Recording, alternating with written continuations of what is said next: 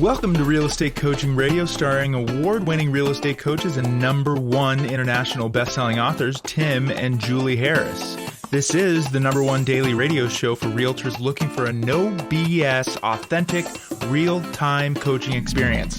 What's really working in today's market, how to generate more leads, make more money, and have more time for what you love in your life. And now your hosts, Tim and Julie Harris. 3, 2, 1, and we're back, Julie. Today is August the 16th. We are on day 40 of our epic, 20-plus state sojourn around the country. And we just finished up Car Week in Monterey, and I have to say it was more than I expected in that it definitely, I was telling you yesterday as we were leaving Pebble Beach, I felt like even though you and I pride ourselves in being big thinkers, I know. It was so funny how being amongst people that have cars that are worth 20, 30, 40, 50 million dollars. Million. Yeah. And being on a whole field full of them. And, car people are, it's like sports. There's no real discernible difference. Whether, it's not dependent on socioeconomic or education or whatever. You run into a car person, you want to talk about the guy's special, Ferrari or whatever it is, that conversation can go on for hours. And then later you'll find out that he's like a billionaire or something. I mean, that's the cool thing about the car world that I've always liked. The people are fantastic. There's different segments and all the rest of it too. But moral of the story was it was interesting listening and talking, just listening to the conversations that were going on around us, and talking to the people that were there, and then listening to, I don't know if you were paying attention to this, but when the awards started to be announced, or the people that were essentially being chosen to be considered for an award, they were in some cases mentioning who owned the car. Yes. And they were mentioning also the company that they were associated with. Like I heard one guy was so-and-so from Pixar. Did you hear that? Oh, yeah. I know. But it was just, it was amazing. It just really was. And it's a good exercise in thinking bigger, isn't it? But it was, don't you think that's true? I do. Like you and I are always preaching on this podcast, and really to all of our coaching clients and all of, everyone, that you always got to be putting yourself in a position to think bigger and make sure you're shocking yourself out of complacency. And you and I sort of are overly prideful perhaps in our ability to do that just for ourselves. And then you go to Pebble Beach. I know, but it's important to do it on purpose. I think it happens to everyone on happenstance. You run into somebody at the grocery store and you find out, oh my gosh, I was just talking to so-and-so. But to do it on purpose with such a high concentration of people like that. In a short period of time. It's really interesting. And I enjoy learning about different types of businesses and, how people came to, say, collect vintage Ferraris. Like, who does that, right? So I think that's really important for people to do, not just in the car world, but you can do it in the art world. And the stories are awesome, too. I was talking to a guy named Cam Ingram. And him and his dad own this company in North Carolina that specializes in vintage Porsches mostly. And guys, yes, this is Real Estate Coaching Radio. We're gonna slipped. But we slipped. But we're gonna get to our topic here in a second. Yeah. But he had a Porsche 904 on display, which I won't bore you guys with how rare that is. And the story that that he was sharing with somebody else, and I was eavesdropping basically, about how they found the car, how long they'd been chasing the car, all the work that went into restoring the car. And every single one of those cars that were there were little time capsules. And some of them were from the 20s and the 30s. And a lot of them, which is definitely true, were never designed or built to be something that's seen now as a fetish basically, or something that's an art object. There were miles of cars there that were worth many, many millions of dollars that in their day were just nice cars. And, some of them were just race cars. And like some of the Porsche 917s that were there, the original ones looked like they were something that someone made in an arts and crafts class. Definitely.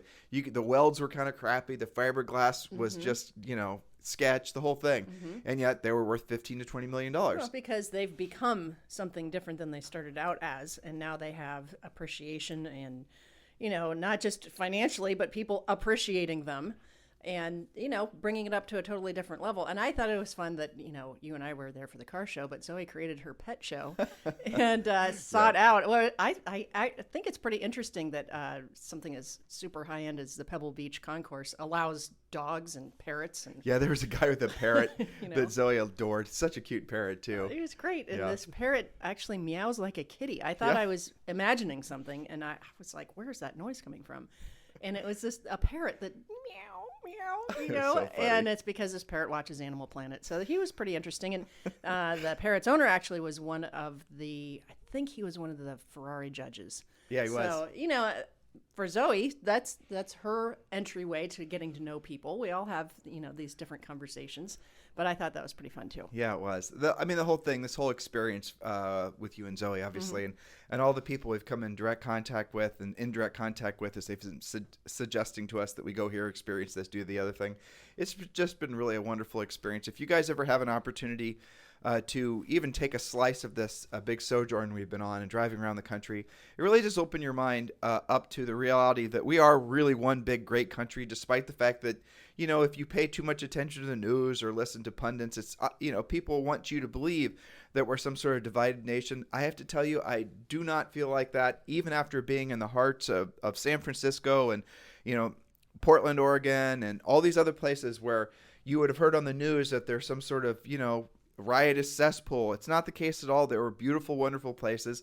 And yes, a lot of the people were, motivated by different things than, say, people in Montana. But it doesn't matter. They're all part of the same country. And I think if it's easy to forget, or it's easy to assume that common element of being Americans, that it's not still omnipresent in all of our heart and souls. It really, truly is. Mm-hmm. And that's, I think, one of the things that I'm really going to remember, hopefully, and, disseminate on this podcast, is that we've always said, essentially, have a media-free life. Yes. But man, I have to tell you, that is so true nowadays, because if you don't experience the realities of America, you really are going to believe that there's things happening in our country, politically, socially, that are going to be, essentially long-term divisive, and as far as how, and I don't believe it's true, not even for a second. But if that's what you're exposing yourself to, it'd be easy to not want to leave your house. Yeah, exactly. And yet, what you should be doing is leaving your house. Exactly. So, in order to realize that you can actually have this richer, fuller life. Mm-hmm. And it just, I feel. Truthfully, I just feel amazingly blessed to have had this experience and having this experience. So we are going down to LA today. And Julie, are you going to announce the hotel we're staying at? Do you remember? I don't remember the name of it. It's a little boutique, I think. Okay, so we're going to be going down to LA. We're going to be staying at, we have somebody we're visiting with in North Hollywood, and somebody else we're visiting with in Sherman Oaks. So we're going to stay in that neck of the woods. Mm-hmm. We're probably just going to be staying overnight in LA, but we are going to be staying for 2 or 3 days in our old stomping grounds of Laguna Beach. And where are we staying in Laguna Beach? The Surf and Sand, right on the ocean. Right, the Surf and Sand. And we were going to stay at the Montage, but they're booked. So we're going to stay at Surf and Sand. And if you are somewhere around, if you're in San Diego, if you're in LA, I know it's, depending on traffic, you can go up from San Diego to Laguna Beach in 45 minutes. Come up and hang out with us. We're going to be definitely wanting to see as many as possible. We have so many clients, thousands of present and past coaching clients in California and Southern California in particular, but also certainly podcast listeners. A ton of podcast listeners in those markets. We'd love to, meet with as many of you as possible. We are continuing to update our travel journey on Instagram, and of course, we're Tim and Julie Harris on Instagram. So this week we are talking about 12 reasons to be the listing agent, and this is Julie and I's favorite topic. Someone asked us over dinner the other day when we were trying to explain to them that we do a podcast every day, and they're like, "What?" This guy was in finance, and I was trying to explain to him what we do, what we talk about, and he ended up actually subscribing. I'm talking about Keith, and he said he listened to 3 of the podcasts to understand. But really, we do have about 12 or maybe 15 recurring topics, and probably 6 of which are our favorites. Mm-hmm. This has to be number 1, really. Yes, but I did get some emails and texts from agents who maybe never considered why are we so adamant about be the listing agent? And that doesn't mean that they were newbie agents. That makes sense that somebody newer would wonder what's the difference, right? But this is also some agents that have been at it for 8 or 10 years. It's just that the market's been different and they haven't really embraced listings. They have an interesting outlook because they're like, well, if I list it today and it sells tomorrow, why are listings so valuable, right? So on one hand, it's because you can essentially take the commission to the bank, but we also need to demonstrate to them what listings can do in terms of leverage for them. So that's what this week's theme is going to be about. The simplest way to understand why you want listings opposed to chasing buyers is imagine if you had a retail store. It doesn't, let's just say it's, Bob's Pie Shop, right? And so Bob's Pie Shop, you spend all the money, you create this beautiful storefront, you have everything, clean the windows every day, you've got a great logo, everything's perfect, and yet you don't have any pies in your pie shop. That's basically the way to think of essentially a real estate agent who's not focused primarily on being a listing agent.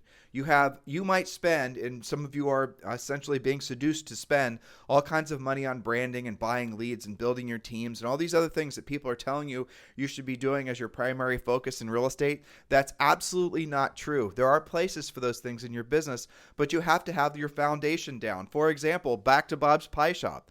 Not only does Bob have to, make pies, have them for sale, but he has to make really good pies. So it's one thing if, for example, you walk into Bob's Pie Shop and there's no pies, well, then you're not going to stick around there very long. And you might even, essentially never go there again. So Bob's Pie Shop is dead to you at that point. You might even tell a few people, don't go into Bob's Pie Shop, there's no pies. But what if you go in there and Bob's Pie Shop has pies, but the pies are terrible. You buy a couple and you take them home, and they're just the worst thing ever, right? Same experience. That's what happens to a lot of you when you get into this business. You will put essentially a big storefront on your business in your mindset, but you don't have any pies to sell. And even if you do have pies to sell, the pies themselves are not good enough quality that it's going to attract people to you that are going to want you to choose you to be the listing agent. That's the reason that being a listing agent is so incredibly important. And here's the overarching reason why. Real estate is an amazing business if you're a listing agent, and it's a bit of a non-amazing business if you're focused on being buyers, because as a listing, so Bob, in order to open up his pie shop, what do you have to do? Rent space. He had to take a lot of probably, a big SBA loan. He had to hire staff. He had to deal with all the Mickey Mouse associated with, buying all of his equipment and just the whole thing. So Bob's out, maybe even $1 million, but hundreds of thousands of dollars at least to start his pie shop.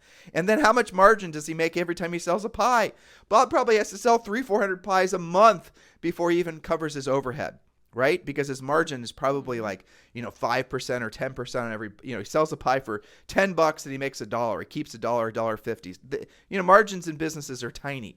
Now think about real estate. So Bob's gone to all this liability, all this expense of opening up Bob's pie shop. But in real estate, you don't have any of that if you're a listing agent. Now, if you're focused on a team and building, buying buyer leads, then you're just as bad as the situation as Bob is, because you have all this fixed cost. And if you stop paying for the fixed cost, you're out of business. But as a listing agent, one that is trained to be a proactive lead generator, you don't have that same liability, because you every single day, without having to buy leads, are proactively generating listing leads, and those listing leads create leverage for you.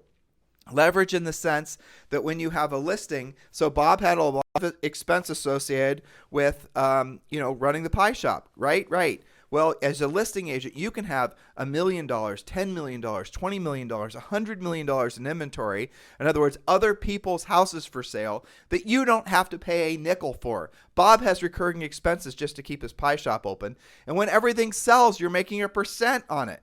So you can have $1 million house listed, and your commission is whatever your commission is, $20,000, $30,000, whatever, $60,000, $50,000.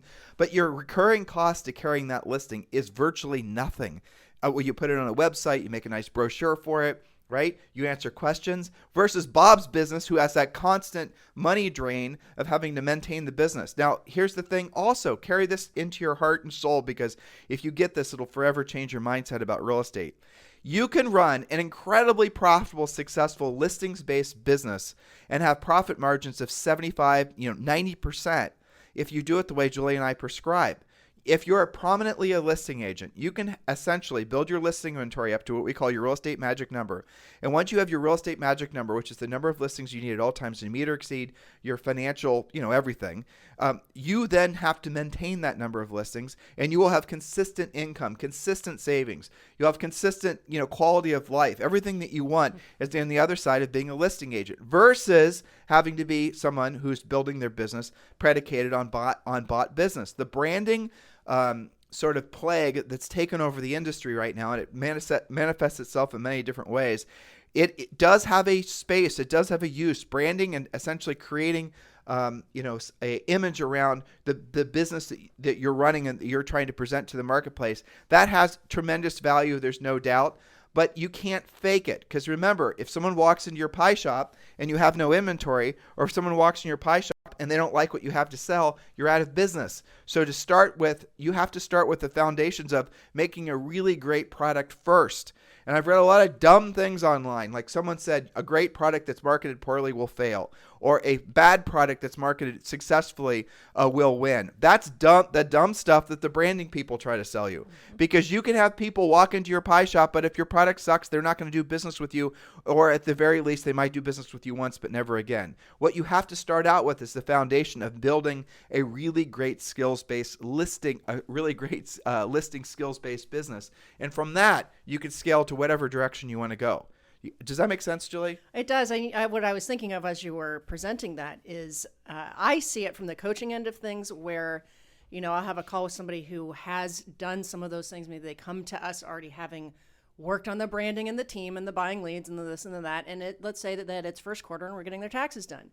Well, that coaching client takes 3 or 4 weeks just to sort through what their real numbers are because it's so convoluted. And then I remember this distinctly from doing some first quarter calls like this. Then Sure. I talked to somebody like Tammy Irby, who's in Northern Virginia. And she said, well, I just want you to know I got my taxes done. I hadn't even asked her to do it yet. And I said, Tammy, how'd you get them done so fast? She goes, well, I don't really have that much expense. I mean, I figured it out and I kept like 83% of the profit. And, that's better. So keep that in mind as you're becoming profitable. Remember that profit is your product. Why did you guys get in the real estate business in the first place? Was it just essentially, was it to have financial freedom? Was it to have money in the bank? Was it to be able to spoil yourself and your family? Was it to do all the other things that come with being, was it to feel good about yourself knowing that you're helping other people? Was it to become a professional? Was it because you're at the point in your life where you're finally ready to become the best at something and you're tired of being the runner-up or never even getting into the game? Probably all of those things, right? And yet what's happened to so many of you when you get into this business, because you don't have the convictions or you don't have the reinforcement for your convictions to stay in pursuit of your original goal when you got into real estate, you get co-opted. You get co-opted by real estate brokerages, by real estate managers. You get co-opted by other people trying to sell you marketing and lead generation and team building and branding. Your intention or your ambition essentially gets liberated from you, borrowed from you, stolen from you to the point where you've lost mission. You're no longer on your original mission. That can happen the second you get your real estate license and you start opening up your emails, and then all of a sudden all this pressure is coming from building a brand or buying leads or build a team or join a team, and then you're forgetting why did you get in the business originally? Oh, it must be I have to join a team and I have to learn how to generate, I'm going to basically get my business from a team, or I'm going to, work on my brand or work on my website. So I need to work on my social networking. All this working on is going to make you broke because you're going to run out of money and time before you've actually generated any revenue. That is not the approach that we take in our coaching program. It's not the approach that you should take, by the way, not just in your business, but your entire life. You have to, in our coaching business, in our coaching, as a coaching client, you will learn. Rule number 1 is learn while you earn, not learn and then hopefully you earn. It's learn while you earn. And by the way, a lot of you guys are asking about our coaching program. Just text the word success to 47372. Text the word success to 47372. You can join our premier coaching program for around $100 a month, and you are entitled to a daily semi-private coaching call. A daily semi-private coaching call with one of our Harris certified coaches. So text the word success to 47372. Just go ahead and do that now. And when you do, we're also going to text you back a link so you can then join you can download the Real Estate Treasure Map. We've just upgraded and updated that. And it's basically a $100 value that we're going to give you just for texting the word success to 47372. And when you join our coaching program, guys, you're going to have the sense of direction that a lot of you have been looking for. Look, I know our coaching program is not for all of you. Some of you don't know what you don't know yet. You're in that unconscious incompetence phase in the levels of mastery, and I respect that. But do yourself a favor and get to the next phase of conscious incompetence as fast as you can, so you can then start improving it. You can get back on mission with what your original intent was when you got into real estate. That's right. So let's get started on making it very clear, 12 reasons to be the listing agent. So a couple of pre-points here. All the drama is on the buyer side of the transaction all the time. So just from a lifestyle and stress management standpoint, realize that all the drama comes from the buyer side and that the listing agent always wins. Always. Even in a changing market, even if things change a little bit, the listing agent has an actual, signed contract. That helps. Okay, so developments recently on the buyer side. Now, depending on where you live, some of this is lightening a little bit, and other places it's actually getting worse. So we're going to go through these fairly quickly. We'll probably do 3 points and then continue tomorrow. So, number one, buyer's agents are actually volunteering to chip in some, or in some cases, all of their commission just to win a competitive bidding scenario. Pretty sure that's not what you signed up for when you got licensed, is, giving your money away so that you can get somebody in contract. And that's in addition to sometimes the referral fees a lot of these companies are charging to these agents. Yes. It's gotten so disgusting as far as agents. But again, you read that first point, and I'm thinking about what I'm saying to you now. But why are agents susceptible to believing that they have to buy buyer leads? It's because no one's telling them any different. Right. Well, that's what we're here for. Right. So, Exactly. yes. Okay. Point number 2, listing agents reducing the buyer side commission in the MLS. It's so interesting to see agents fighting about this online because the buyer's agents like to say that that's illegal. But it's not illegal. Listing agents, it's right there. All you have to do is read it in the comments. And when there's low inventory, they can drive it down as far as they want to. That's actually really a point worth repeating. When you're the listing agent, you decide, well, you and the seller, right? Decide what the co-op is going to be, what the co-op commission to the buyer agent is going to be, if there's going to be a buyer agent co-op. And we're seeing, again, in some of the hottest markets across the country, there is no co-op. And what we suspect is going to happen, and it might very well happen from some things that are taking place right now with the government and I think antitrust. When we were here listening to a podcast, Rod Hahn was talking about this. Yep. But it actually might become to the point where buyer's agents are going to have to start essentially having their commission overtly tacked on to the transaction. For example, you find a house, the average sale price of a house in the United States right now is $359,000. So let's say there's a 3% co-op. You're someplace in the middle Midwest and 3% still the norm. And let's say there's $11,500 buyer agent commission on that. Well, you're going to have to and that's paid for by the seller. The market assumes the seller is going to include that as far as a seller's expense to pay both the listing agents and the buyer's agent side of the commission. Only the United States and Canada does it that way. Nowhere else in the world does it work that way. By the way, there are a ton of advantages to the consumer having the buyer's agent. The way the system is structured ultimately isn't structured for the betterment, though the industry definitely benefits. It's because essentially the market has evolved to the point where in our country, the buyer's agents do offer a lot of value. Good ones do. Not all buyer agents are good ones. But great buyer's agents offer tremendous value in the marketplace. And we're huge advocates of great buyer's agents. But the reality of it is in this marketplace, you're going to have a lot more strength if you're on the listing side. So what's going to happen is you're going to see, and Julie and I started talking about this about 3 years ago on this podcast, you're going to see the buyer's agent commission is going to be something that buyer's agents are going to have to start getting the buyer to sign essentially be liable for it. And that's just the same way when you go and you have to compete for a listing. You have to, essentially explain to the seller why they want to list with you. That's what we teach you to do. And then you have to essentially go through the commissions, and the seller then, in some cases, going to have questions about the commissions and all the rest of it. Well, on the buyer agent side of the business, the reason many of you are attracted to it is because you do not have to deal with any commission objections, because 90% of the time, the seller is already paying the buyer's agent commission, and it's just implied, and it's an entitlement of the transaction. So you don't actually have to have very many sales skills to work on the buyer side of the business. For the most part, it's a social, physical job, physical labor opposed to mental labor on the listing side of the business. Not much objection handling. There isn't. So what happens if that all changes? What happens if now when you work with a buyer, you're going to have the same formal business approach to getting them to understand why they should be paying your co-op? Everything changes then, doesn't it? And that's what's going to happen in this industry. And it's going to happen really, really fast. And so agents that are getting into the business right now and they're told to just basically gravitate towards being a buyer's agent and buy your leads, how are you going to survive? The fees that you're paying for those bought leads are going through the roof. And now in some markets, and I think it's going to happen in the most aggressive markets really fast, you're going to have to start not only agreeing to pay for that buyer lead, a 25% referral fee, but then you're going to, or maybe more in some markets, but then you're going to have to then further explain to that buyer why you are worth what what you claim to be worth as far as the commission. And then that is technically no longer paid for by the seller unless it's asked for in the contract.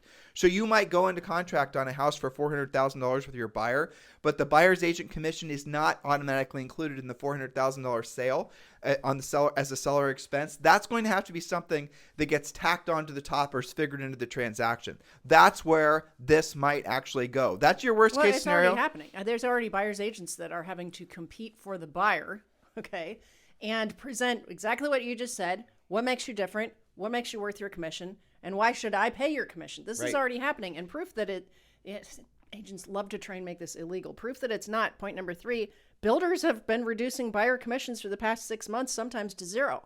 That's why they are also insisting that you accompany your buyer on that first visit and that you're not guaranteed to make what you thought that you were going to make. And some of them won't pay a co-op period. Yeah, if some of them has that policy. Well, if the builder doesn't put, so if it's not in the MLS, they're not obligated. The MLS, basically, when you join an MLS, generally speaking, you also have to join the National Association of Realtors.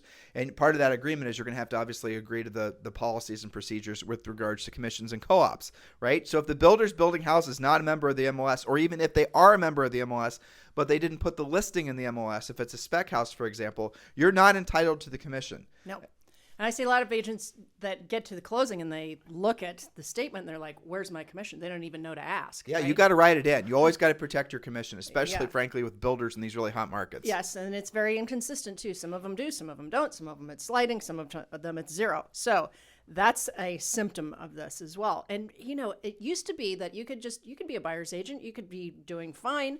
You could have your commission virtually guaranteed. Everything would be okay. And you didn't have to defend yourself in these ways. Now what you're having to do is something that we teach in Premier Coaching, a buyer presentation. Yep. I mean, how is it that you absolutely expect to do a listing presentation? You expect to ask for a signature. You use a whole bunch of paperwork on the listing side. And yet you'll just go show whatever a buyer wants to see today without any commitment from them. And then you get mad because they ghost you tomorrow. Makes no sense, does it? Well, it's going to be, honestly, it's going to be Hunger Games on the buyer agent side of the industry. Hunger Games, but right. it's going to be that way in earnest, because when this, again, let's just assume that the legislation and all this legal finagling that's happening right now, it blows over. There's some settlement. Okay. But there's no way that there's not going to be really tech-enabled companies, Zillow, for example, that are going to start making it so that the buyer's agent commission, because, when they're doing this iBuyer routine and they're trying to squeeze as much margin out of each transaction, the buyer agent commission is oftentimes their largest single expense.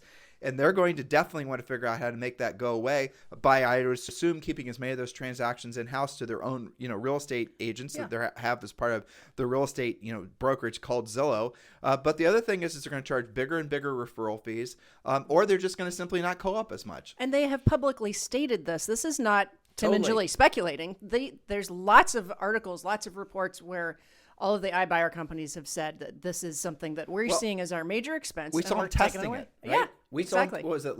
Wasn't in COVID year. It was in 2019. Yes. We had, we were watching through our coaching clients. They were testing how low the co-op commission could go before it adversely affect the sellability of the house. And do you remember what it got down to? I don't. I think it got down to like 1.8 or something. Yeah, something like that. And Open Door and Zillow were both doing it in the same markets at the same time, trying to figure out if they all of a sudden were only co-oping 1.8%, if that was the number, would sales drop off? And they did it very analytically and very specifically. If you read about this, it says specifically during this 90-day period, we started out reducing it to, say, 2.5. We studied that. Okay, things still sold. Now we're going to try it at 2, and they're systematically driving it down and studying how low they can make it. Now, if you think as a listing agent you're not going to have to know how to overcome commission objections, you're wrong. You are. But as part of our coaching program, we actually teach you exactly how to do that. Because here at the end of the day, here's what matters most to the seller. Even though some sellers are going to die in the hill of getting a commission reduction, that's the reason that Julie and I have already covered all of that for you in our pre-listing pack. The pre-listing pack that is included in the Premier Coaching Program is essentially your silent salesperson that's going to usually get most of the listing work done for you prior to you getting to the house. Pre-listing pack goes to the seller's house prior to you getting there, overcomes all the objections that they already had and some they hadn't already thought of that they would have probably thought of as soon as you showed up, right? And one of which is going to be the commission. But I'll tell you a little bit of coaching. This is absolutely true.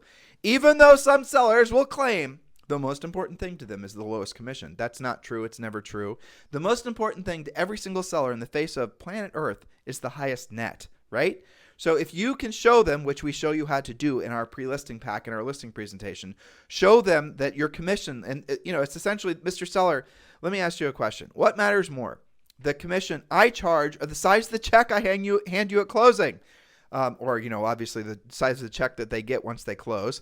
And the question is then obviously answered with the size of the amount of money Mr. Seller makes, right? clearly. What matters most is the amount of money you make. So what difference does it make what I charge, whether it's nothing or whether it's 1,000,000,000%? As long as the check that you receive at closing meets or significantly exceeds your expectations, what difference does it make what the commission is? It doesn't. Okay, stop right there for a second. You're paying, Mr. Seller, you're not paying for a service when you hire me. You're paying for the result. That's right, which is a killer script. Nicely done. Right out of Premier Coaching. Okay, so I don't want them to let that slip past. So that's the first point. The second thing that you were talking about is, I mean, how can you even do that?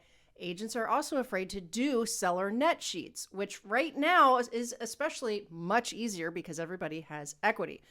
A recent study showed that the average equity of somebody who has a mortgage is 2 times what they owe.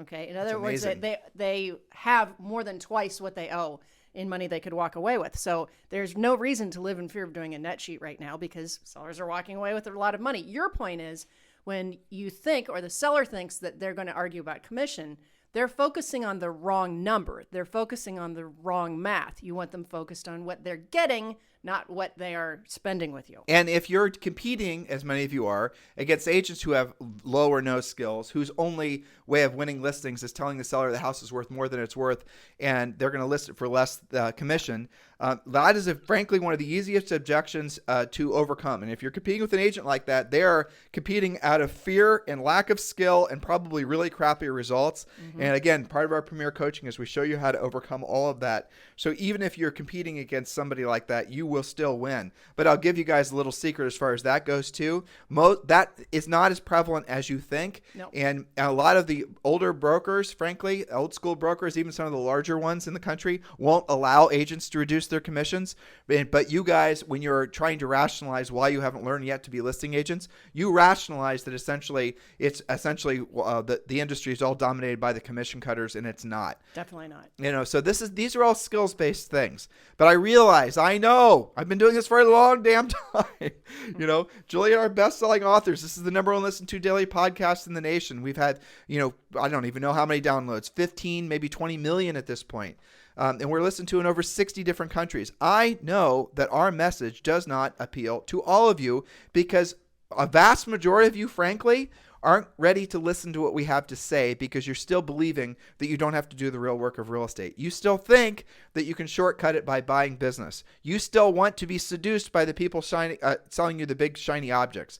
If you were to actually take the time and think about the person you want to be in 6 months, let alone a year, let alone 5 years, you're going to see that that person is not the person that you're most likely in the process of creating because you are not building a skills-based business. You're building a bot business. And as soon as the market changes, as soon as your cash flow changes, you're out of business. And I want you to seriously consider actually pursuing a business that's based on a foundation of not just getting back to our buddy Bob, now that he's opened up a pie shop, not just essentially somebody who can put a really pretty front on something, or good social networking and branding, but somebody who actually builds their reputation based on the results that you get for other people. Because here's a little secret about Bob and his pie shop. Bob's Pie Shop will be massively successful even with zero marketing or zero branding when he has a fantastic product because other people will flock to it. He'll build centers of influence and past clients. But the marketing people don't want you to think that because they want you to be addicted to constantly buying your business. You guys see the difference? I have to think, at least I hope. Hopefully I'm not delusional. I could very well be, but hopefully I'm not. That you guys are seeing how practical and tactical and how really honest the approach that we take to this business truly is. It's about being of service to people. And if you do not, the equation between what you have and what you want, the difference is the number of people that you help. So if you do not have what you want in life, if you are not experiencing the quality of life and the quality of relationships and friendships and health and financial primarily, it's because you have yet to bridge the mental, emotional mindset gap between the number of people you help accomplish their goals and the amount of goals in your life you will be able to accomplish. I promise you guys it's not any more complicated than that. I also promise you that real estate business is not a hard business. This is the easiest damn business in the world if you're focused on being a listing agent. It gets complicated when people's trying to start seduce you on, you have to master building funnels, you have to do all this other marketing, you have to learn how to build your brand and build your team. No, guys, you have to learn how to provide a superior, and I don't even want to say service, you have to learn how to provide superior results to folks primarily on the listing end of the business. That's what we teach you in Premier Coaching. That is our niche. That's what we do better than anybody. So please consider becoming a Premier Coaching client. Text the word success to 47372. If you want to get a hold of us for anything, you can text me directly at 512-758-0206. 512-758-0206. And of course, we're always interested in talking with you about becoming part of eXp Realty. Julie and I are humbly applying for the job of being your sponsor at eXp Realty. If that's the path that you're on, if you've not chosen a sponsor, we would seriously appreciate the opportunity to be that sponsor for you. So if you want somebody that's going to be proactively involved in your real estate career, in essence, a partner with you in your real estate business, do consider Julie and I as your sponsor at eXp. If you'd like to move forward with eXp, you can go to actually just text EXP to 47372. Text EXP to 47372. Or if you're ready to join, just text me directly at 512-758-0206. In the meantime, have a fantastic day. We will talk with you on the show tomorrow, live from LA.